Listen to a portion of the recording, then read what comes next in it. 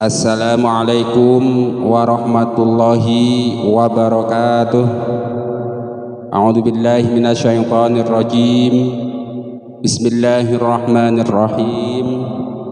Alhamdulillahi rabbil alamin.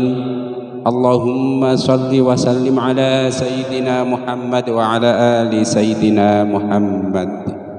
Amma ba'du. Pemirsa sekalian, seperti biasa, mari kita sama-sama belajar membaca kitab Tafsir Munir ini ya, karangan Imam Nawawi Al-Bantani. Kita akan membaca tafsir surat Ad-Duha ayat terakhir, ayat nomor 11. Wa amma bi ni'mati rabbika fahaddits.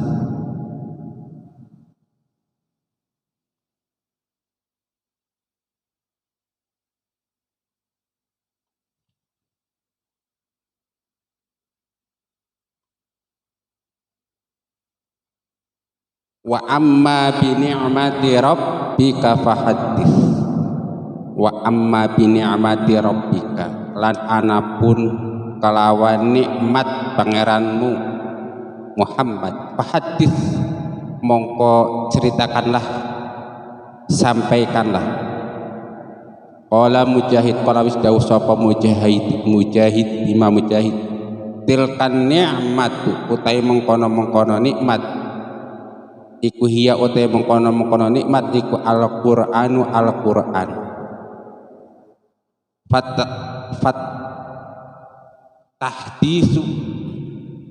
Fatahdisu utawi tahdis, membicarakan bihi kelawan nikmat iku ayak ra'ahu, yento moco sopo.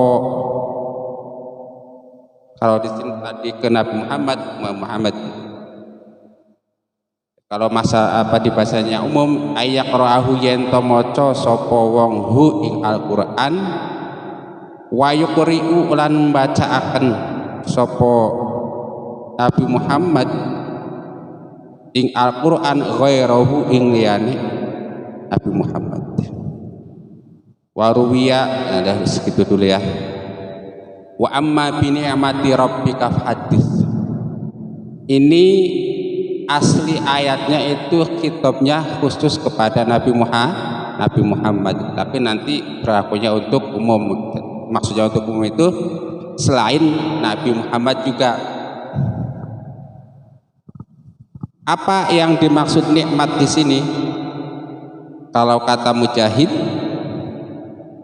yang dimaksud nikmat di sini adalah Al-Qur'an. Nah, kalau nikmat itu berupa Al-Qur'an, lalu bagaimana fahadditsnya itu, membicarakannya itu gimana? Maka fahadditsnya di sini ada dengan cara membacanya untuk diri sendiri, atau membaca untuk diri sendiri dan juga untuk orang lain. Dengan kata lain, bacalah Al-Qur'an dan sampaikanlah bacaan Al-Qur'an tersebut kepada orang lain. Jelas ya? Wa amma bi ni'mati rabbika fahaddits. Qala Mujahid, tilka ni'matu hiyal Qur'anu fatahaddisu bi ayyaqra'ahu wa yuqri'u ghairahu. Wa ruwiyan dan riwayataken nganhu saking Mujahid aidon alepodo iku anna tilkan ni'mata, ing setuhune mengkono-mengkono nikmat iku hiya utawi nikmat iku anubu watu nubuwah kenabian. Ai balik tegese sampaikan Muhammad ma ing barang srema unzila kang diaturaken ilai apa ma ilai kamaring sira min rabbika saking pangeranira. Nah, kalau tadi menurut Mujahid nikmat yang dimaksud pertama adalah Al-Qur'an. Yang kedua selain Al-Qur'an, nikmat tersebut adalah nubuwah, ada nikmat kenabian. Maksudnya gimana? Maksudnya karena Rasulullah Sallallahu Alaihi Wasallam sudah mendapatkan nikmat diangkat menjadi nabi, maka nikmat tersebut harus disampaikan kepada orang lain dengan cara mendakwahkan dirinya bahwa sayalah seorang nabi. Kan begitu. Kalau tidak begitu, bagaimana orang lain tahu kalau beliau adalah nabi? Jadi paling tidak harus mendeklarasikan diri sebagai seorang nabi. Nah di sini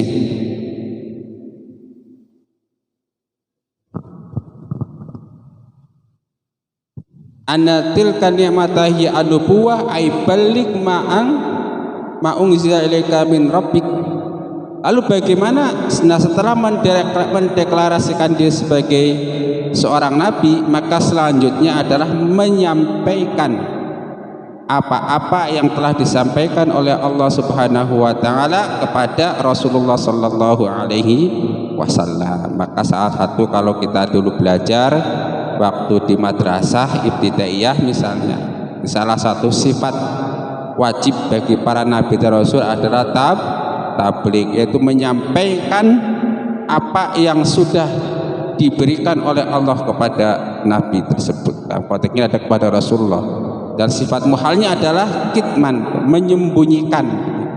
Rasulullah SAW sudah pasti menyampaikan semua yang diwahyukan oleh Allah kepada beliau dan tidak mungkin menyembunyikan, karena itu sifat kitman itu bukan sifat mustahil bagi para rasul. Mungkin terjadi pada suatu saat seperti disembunyikan, itu tiada lain karena satu hikmah, tapi nanti hanya disampaikan juga.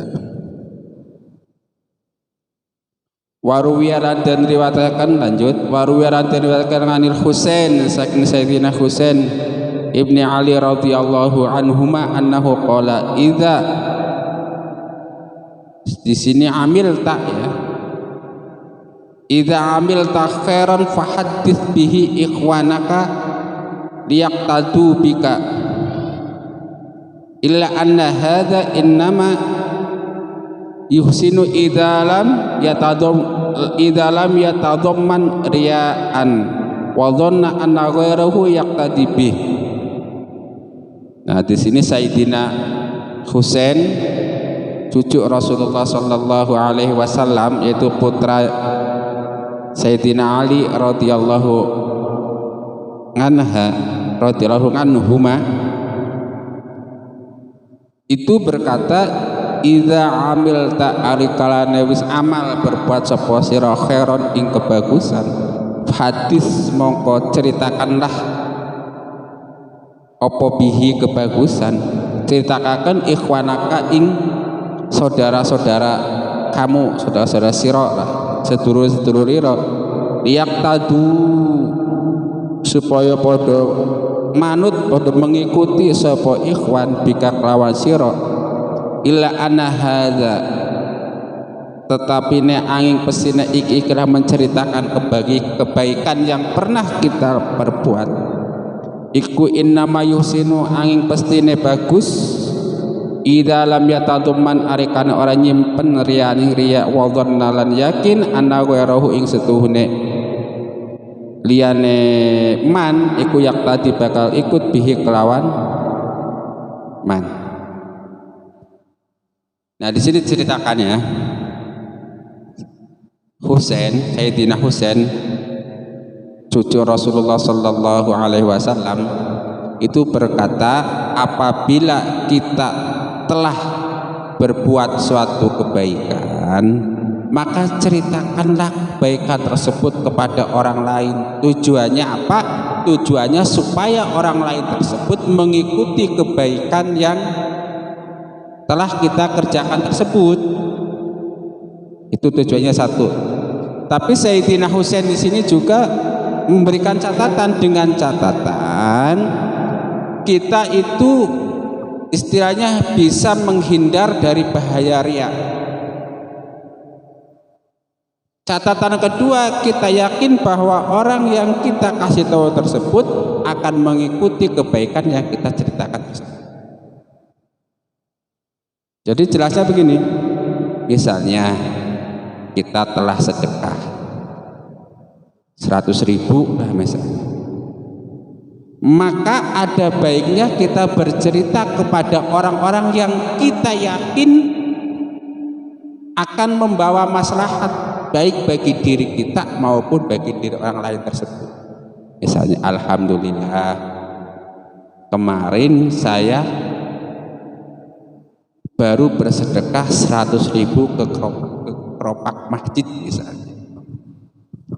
Atau ceritakan, alhamdulillah tadi malam Jumat saya bersedekah 100.000 untuk kelancaran pengajian. Maka orang yang kita ceritai kebaikan kita tersebut akan berpikir, oh ternyata pengajian rutin yang ada di daerah kita itu menerima infak ya, menerima sedekah ya. Saya juga mau Nah kira-kira begitu. Oh ternyata banyak saudara-saudara di lingkungan kita itu yang masih membutuhkan uratan kita gitu. Jangan disembunyikan. Itu catatan tadi menurut Sayyidina Husain. Satu, kita aman dari bahaya riya. Kenapa? Karena nanti kalau kita konteksnya menceritakan nikmat yang kita terima itu dalam konteks riya, maka hapuslah pahala-pahala kita. Tapi ingat, jadi pilihannya begini. Ketika kita mendapatkan nikmat dari Allah Subhanahu wa taala, baik nikmat itu besar maupun nikmat itu kecil, maka pilihannya 3. Pertama, kita menceritakan nikmat kita kepada orang lain supaya orang lain tersebut bisa mencontoh kebaikan-kebaikan yang sudah kita lakukan. Pilihan yang kedua, kita tidak menceritakan nikmat tersebut karena apa? Karena takut fitnah. Misalnya kalau kita mendapatkan nikmat rezeki 10 juta, bisa dapat hadiah, maka bisa jadi ada orang-orang yang berniat jahat untuk merampok uang yang kita dapat tersebut. Maka kita lihat kondisinya, apakah sepatutnya kita ceritakan atau sepatutnya kita sembunyikan saja. Ini yang ketiganya itu. Yang pertama ceritakan saja, kemudian jaga hati supaya tidak riya, kemudian jaga juga perasaan orang yang kita ajak bicara. Pilihan yang kedua, udah sembunyikan saja, jangan diceritakan. Karena apa? Karena takut terjadi fitnah, karena takut terjadi bahaya terhadap nikmat yang kita peroleh. Maka yang paling tepat adalah pilihan yang ketiga. Kita memilih waktu yang tepat, kapan kita harus menceritakan, kapan kita harus menyembunyikan. Supaya apa? Supaya terjadi kemaslahatan baik bagi diri kita yang mendapatkan nikmat ataupun bagi orang lain yang mendengarkan atau mengetahui nikmat yang kita peroleh. Jelas ya? Mari kita lanjut. Waruya lan den diwarataken anna sakson ing sebuahnya seseorang yaku kana ono sapa sakson ono iku jarison lungguh indan nabiyyi ing ngarsane Kanjeng Nabi Muhammad sallallahu alaihi wasallam. Faraahu mongko ningali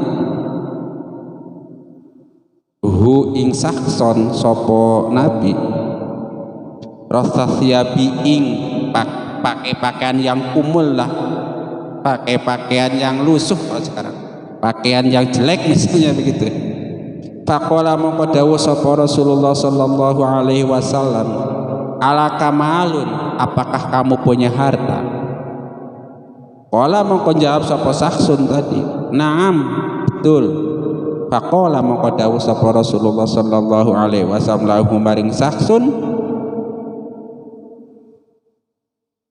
iza ataka alikane wis nekaaken ka ing sira, alikane wis memberi ka ing sira sapa Allah Gusti Allah malan ing banda ing harta, fal yura mengko becik den tingalaken apa asaruhu asare malan ngaleka ing atase sira. Nah, jadi di sini diceritakan ada seseorang lewat atau duduk bersama Rasulullah Shallallahu Alaihi Wasallam, dan Rasulullah melihat orang tersebut itu pakaiannya lusuh, pakaiannya jelek, pakaiannya kumul. Kemudian Rasulullah Shallallahu Alaihi Wasallam bertanya, apa kamu punya harta? Laki-laki tersebut menjawab, ya saya punya harta. Kemudian Rasulullah bersabda, kalau begitu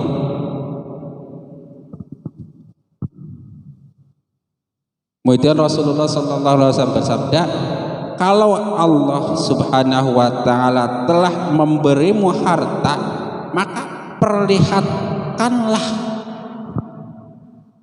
akibat dari harta tersebut, akibat dari nikmat tersebut pada dirimu.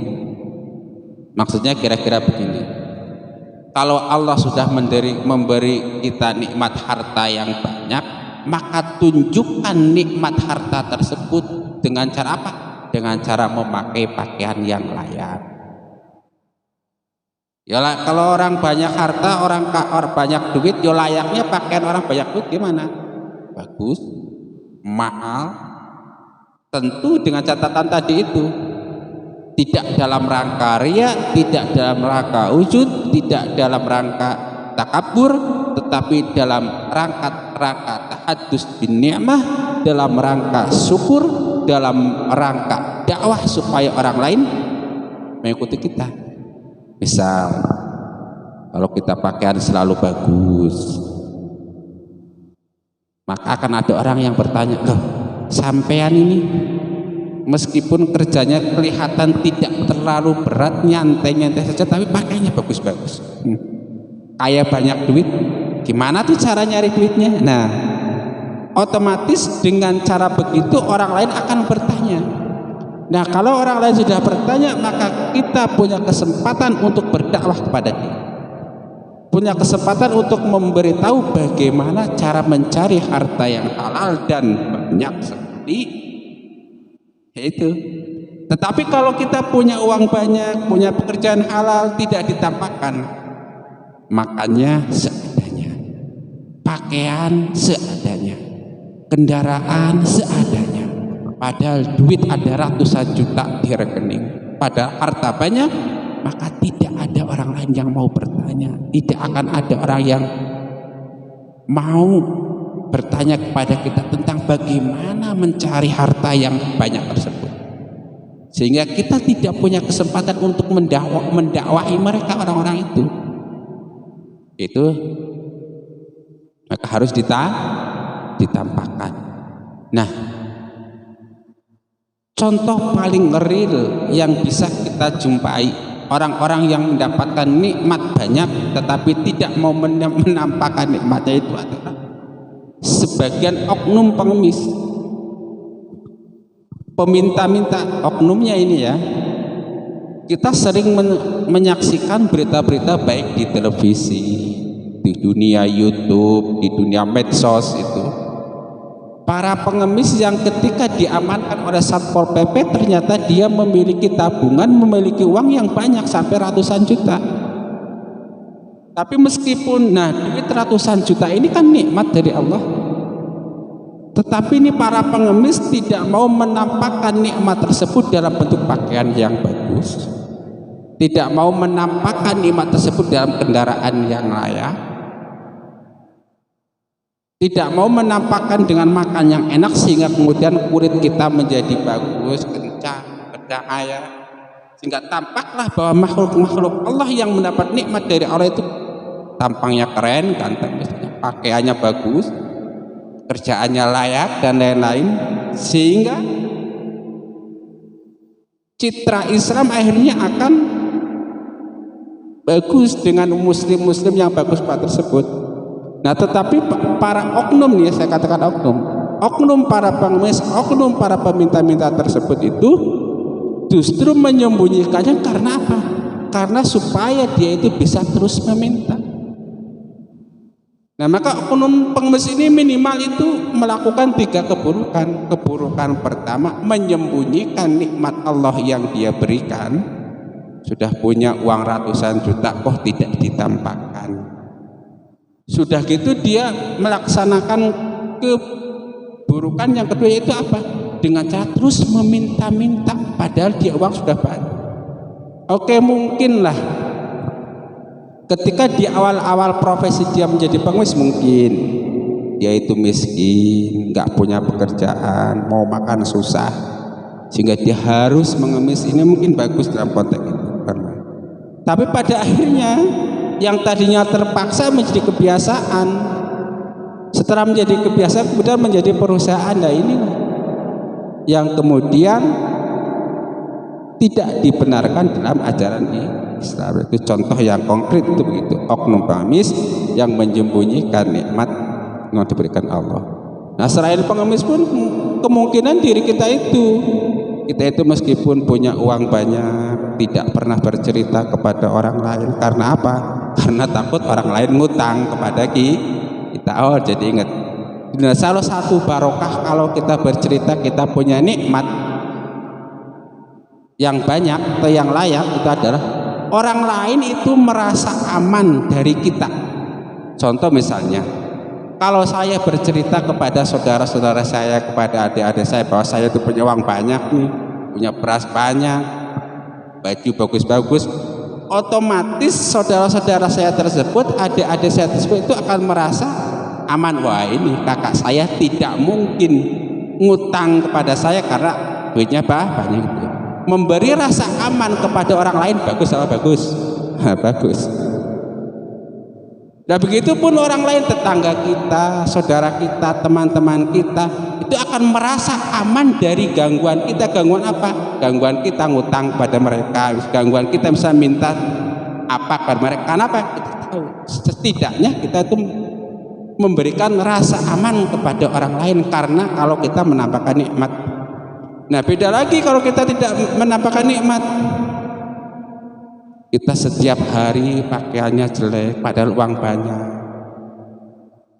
tampangnya tampang orang nggak punya uang, sehingga saudara kita kalau ketemu sama kita itu, wah ini jangan-jangan mau ngutang nih. Tetangga kita kalau ketemu sama kita, jangan-jangan ini mau pinjam uang. Karena apa? Karena kita kelihatannya itu kayak kelihatan wajah peminta-minta. Oh mohon maaf ini gitu kan. Nah itu salah satu barokah. Wa amma ni'mati rabbika fa'addis. Dengan kata lain bahwa menceritakan nikmat itu merupakan salah satu kebaikan, merupakan perintah Al-Quran, perintah Rasulullah, perintah para ulama yang harus kita laksanakan. Meskipun demikian harus lihat situasi dan kondisinya, jangan sampai kita terjebak pada bahaya riya, bahaya sum'ah, bahaya ujub, fitnah dan lain-lain. Ya sebegitulah. Jadi kalau orang-orang yang memilih mau menceritakan nikmat yang dia peroleh, dalilnya salah satunya adalah ini. Wa amma bi ni'mati rabbika fahaddits. Kita lanjutkan.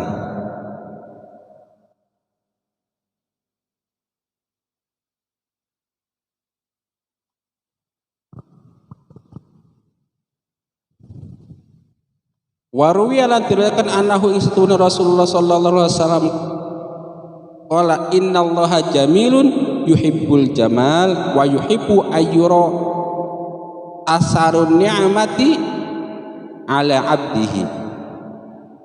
Innallaha istuna Gusti Allah iku jamilun, zat kang maha jamil gagah, yuhibbu kang demen sapa Allah al jamala ing kegagahan ing keindahan, wa yuhibbu lan demen sapa Gusti Allah ayyura ing keto den tingali apa asarun ni'mati, asare nikmate Allah ala abdihi ing atase hamba-hambane Allah. Nah ini salah satu dalil bahwa Allah itu zat yang maha, dalam tanda petik maha gagah mencintai sesuatu. Allah maha indah mencintai yang indah. Nah, contoh begini, kalau kita punya uang banyak, pakai pakaian yang bagus, kelihatan gagah, Allah itu cinta, ya kan? Tapi kalau kita punya uang banyak, pakaiannya tidak bagus, tidak indah, nah ada kemungkinan Allah itu tidak cinta. Meskipun ada kemungkinan juga Allah cinta dengan gaya tersebut, tergantung situasi dan kondisi serta niat kita, kan begitu. Tapi kalau melihat ini, kita lagi nerangin ini aja dulu deh, bahwa Allah itu gagah, Allah itu indah mencintai keindahan. Jadi salah satu dalil bagi orang-orang yang mau pakai pakaian baru, mau pakai kendaraan yang baru, mau bermegah-megahan di dunia, salah satu dalilnya ini, innallaha jamil yuhibbul jamal. Kita pakai pakaian baru supaya Allah cinta kepada kita, pakai make up yang cantik bagi ibu-ibu misalnya supaya Allah cinta kepada kita, punya rumah yang bagus supaya Allah cinta kepada kita. Karena apa? Di sini disebutkan Allah itu mencintai orang-orang yang menampakkan nikmatnya pada kehidupannya. Misalnya seseorang punya nikmat bisa membangun rumah yang bagus, bangun rumah yang bagus. Tujuannya apa? Tujuannya supaya Allah cinta. Misalnya seseorang punya kemampuan beli kendaraan yang bagus, beli supaya apa? Supaya Allah cinta. Ingat itu, bukan dalam rangka supaya yang selain Allah cinta, enggak. Yang terutama tadi supaya dicintai Allah. Jadi ternyata tuh pakai pakaian bagus bisa tuh mendapatkan cinta Allah. Pakai kendaraan yang megah bisa dapat cinta Allah. Makan makanan yang enak apa saja udah makan dah, yang penting tidak haram. Supaya apa? Supaya mendapatkan cinta Allah. Jadi singkatnya di sini nih, pada kitab Tafsir Munir, wa amma bi ni'mati rabbika fahaddits. Nikmat dari Allah itu minimal ada 4. Bagi Rasulullah ada nikmat diberi wahyu Al-Qur'an, maka Rasulullah itu kemudian hadis dibacakan oleh beliau dan juga dibacakan kepada para sahabat. Oleh para sahabat dibacakan kepada para tabi'in terus sampai kepada kita. Nah, kalau kita praktekkan dalam kehidupan sehari-hari itu, sekecil apapun kita bisa membaca Al-Quran, minimal itu kita bacakan kepada orang lain, kepada anak-anak kita misalnya. Itu kalau habis pulang ngaji tanya, Dede, nah sini udah ngaji, udah ngaji apa? Surat Al-Ikhlas coba baca, qul huwallahu ahad, minimal begitu. Nah, jadi kita membaca qul huwallahu, anak kita membaca qul huwallahu, itu sudah dalam rangka menjalankan ayat ini, wa amma bi ni'mati rabbika fahaddits. Jangan sampai kita sudah bisa membaca Al-Quran walaupun minim. Saya yakin lah kalau kita umat Islam, apalagi Islam dari kecil, itu pasti bisa membaca Al-Quran. Meskipun kualitasnya mungkin berbeda-beda, ada yang kualitas super, ada yang kualitas tidak super, ada yang bisa 100%, ada yang cuma 10%. Tapi seberapa kecil pun sampaikan, ajarkan, supaya apa? Supaya agama Islam ini terus dibicarakan, ilmu Islam ini terus dibacakan, terus dianut. Jangan sampai ilmu Islam ini terus meredup karena tidak pernah kita bicarakan. Terus nikmat yang kedua tadi Al-Quran, dan nikmat nubuwah, nikmat kenabian. Tentu nikmat nubuwah ini hanya diterima oleh para nabi dan rasul, termasuk Rasulullah Sallallahu Alaihi Wasallam, dan oleh Rasulullah sudah disampaikan, sudah dibicarakan kepada kita, sehingga kita semua sebagai umatnya tahu bahwa Rasulullah Rasul, tahu ajaran-ajaran Allah Subhanahu Wa Taala yang diberikan kepada beliau, kemudian disampaikan kepada kita. Nikmat yang ketiga adalah nikmat ilmu. Kalau kita mempunyai ilmu tentang Islam sedikit apapun, sampaikan kepada orang lain. Termasuk ilmu ini, ilmu wa amma bi ni'mati rabbika fahaddits, bahwa ternyata kita itu diperintahkan untuk menceritakan nikmat yang kita peroleh kepada orang lain. Ternyata kita diperintahkan oleh Allah Subhanahu wa Ta'ala untuk menampakkan nikmat yang Allah berikan kepada kita, tidak disembunyikan. Tentu seperti yang tadi ada prasyarat-prasyarat supaya masalah. Ternyata sekecil apapun kita diperintahkan nikmat ilmu yang sudah kita peroleh. Ya udah, Rasulullah mendidik para sahabat ke ulama terus sampai kepada kita. Nah, termasuk saya bicara, Anda melihat itu dalam konteks wa amma bi ni'mati rabbika fahaddits, yang ketiga. Yang keempat itu nikmat harta atau nikmat amal soleh. kalau kita sudah berbuat amal soleh jangan disembunyikan buat kita. Misalnya ada sebagian orang yang merasa nikmat belajar ilmu, bisa menceritakan loh, ternyata kita itu bisa mendapatkan kenikmatan ketika mempelajari ilmu-ilmu Islam. Nah, termasuk yang saya rasakan itu kalau sedang membaca buku, membaca ilmu-ilmu Islam, membaca tafsir, membaca hadis, membaca kitab-kitab itu merasa nih terkadang lupa waktu. Misalnya habis sholat asar, tahu-tahu udah maghrib sholat, nanti baca lagi tafsir, tahu-tahu udah isya, habis sholat isya baca, tahu udah malam. Itu kan nikmat. Kita bisa merasakan kenikmatan, bisa merasakan kebahagiaan tanpa harus macam-macam. Tanpa, kalau orang lain nih ingin bahagia misalnya harus pergi ke kafe, modal minum, harus ke mall, apa. Kita ini ternyata hanya duduk baca Al-Quran, hanya duduk baca kitab tafsir, hanya duduk baca buku, kita bisa merasakan kebahagiaan. Nah, itu harus dikatakan kepada orang lain supaya apa? Supaya orang lain mencoba meniru, ternyata oh iya enak ini rupanya, bisa baca buku nggak harus macam-macam. Nah, sehingga di rumah ini kan kebetulan ada anak nih, putri tercantik saya yang mudah-mudahan solehah di dunia akhirat, Allahumma amin. Setiap kali saya menasihati anak saya itu, nak, coba baca buku, nanti juga bisa bahagia, bisa seneng. Sama kayak kalau anak-anak itu main game kok seneng. Anak-anak main game itu kan karena cari kesenangan, tapi ternyata kesenangan juga bisa didapatkan dari membaca buku. Dengan catatan apa? Dengan catatan mulai membiasakan diri. Ini ada orang-orang yang misalnya ke kafe, orang-orang yang ngobrol ngalor itu nggak jelas, itu kan karena mereka cari kesenangan. Tapi ternyata dengan membaca buku, membaca hadis itu kita juga bisa merasakan kesenangan, kenikmatan. Kira-kira begitu. Harus ceritakan. Nah, ini saya kesempatan pertama menceritakan bahwa sebetulnya yang ingin saya ceritakan kepada pemirsa itu bahwa dengan membaca kita juga bisa bahagia. Gitu kan. Bahagia itu sederhana, baca buku, ditemanin kopi udah enak, gitu kan. Apalagi kalau bisnis lagi lancar, uang lagi banyak, wah itu nikmat lagi itu, ya kan? Ya pasti semua itu. Beda ya.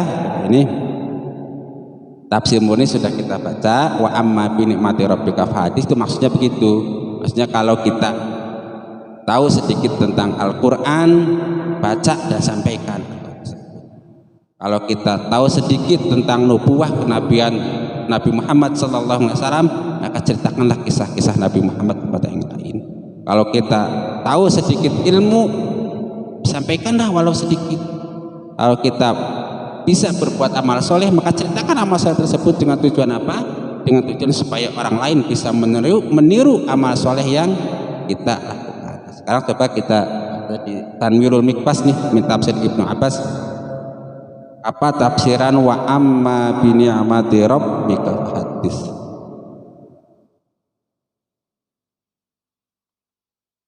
Nah, ini diserahkan wa amma bi ni'mati rabbika fahadits, wa amma bi ni'mati rabbika lan anapun kana nikmat pangeran sira Muhammad bin nubuwati tegese kelawan kenabian wal islam dan Islam. Nah, di sini saya katakan bahwa yang dimaksud nikmat dari Allah di sini adalah nubuwah, itu kenabian dan Islam. Fahadits mongko ceritakan anasa ing manungsa bideka kemungkon nubuwah dan Islam. Wahbirhum lan kabarkan kepada mereka wa allama yu'alimu wa alimhum af'il af'ala yuf'alu if'alan wa alimhum lan ajarkan kepada mereka bidzalika kelawan mengkono-mengkono nubuwah dan Islam. Jadi di sini yang menurut Ibnu Abbas, Tanwirul Mikbas, bahwa yang dimaksud nikmat di sini adalah nikmat nubuwah dan Islam. Oleh karena itu nubuwah dan agama Islam harus diceritakan, harus diajarkan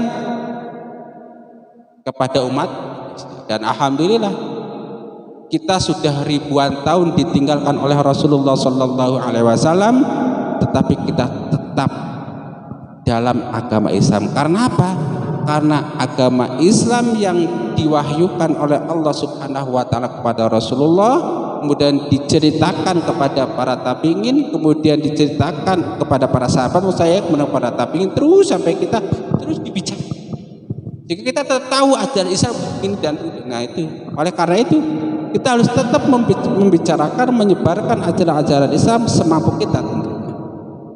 Itu ya, dan Tanwirul Mikbas. Ya. Coba sekarang mari kita lihat di tafsir Jalalain nih. Tentu karangan ya masyhur tafsir Jalalain semua tahu. Coba tafsiran wa amma bi ni'mati rabbika fahaddits itu apa?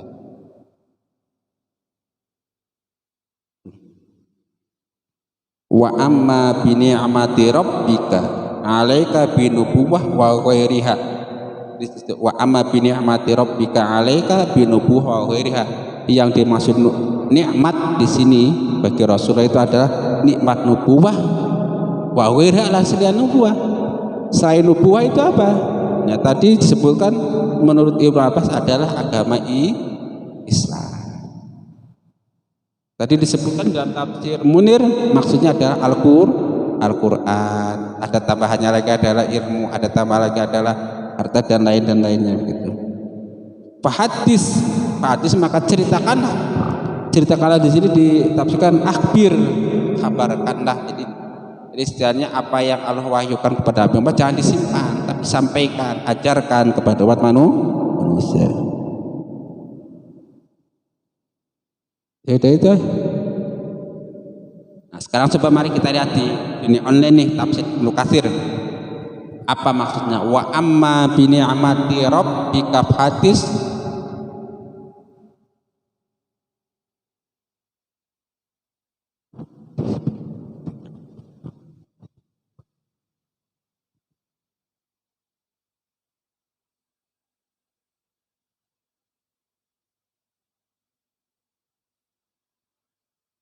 Nah di sini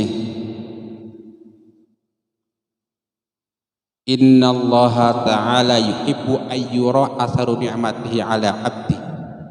Jadi beginilah kesimpulannya saja ya, bahwa ketika kita mendapat nikmat dari Allah Subhanahu wa taala, baik pada nikmat diri kita, kepada tetangga kita ataupun kepada yang lain, maka salah satu pilihannya adalah menceritakan nikmat tersebut.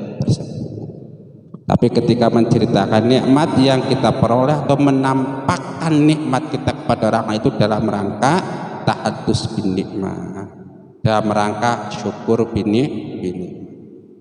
Nah, terus dalam rangka dakwah supaya dicontoh oleh orang lain. Dalam rangka apa? Menarik orang lain supaya mau mendekat kepada kita. Setelah dekat kepada kita bisa kita sampaikan tentang ajaran Islam, bukan dalam rangka yang lain. Kalau dalam rangka yang lain sebaiknya mending jangan diceritakan dulu supaya mohon maaf atas segala kesalahan, mudah-mudahan ada manfaatnya. Subhanakallahumma wa bihamdika asyhadu an la ilaha illa anta astaghfiruka wa atubu ilaik wa afa minkum. Wassalamualaikum warahmatullahi wabarakatuh.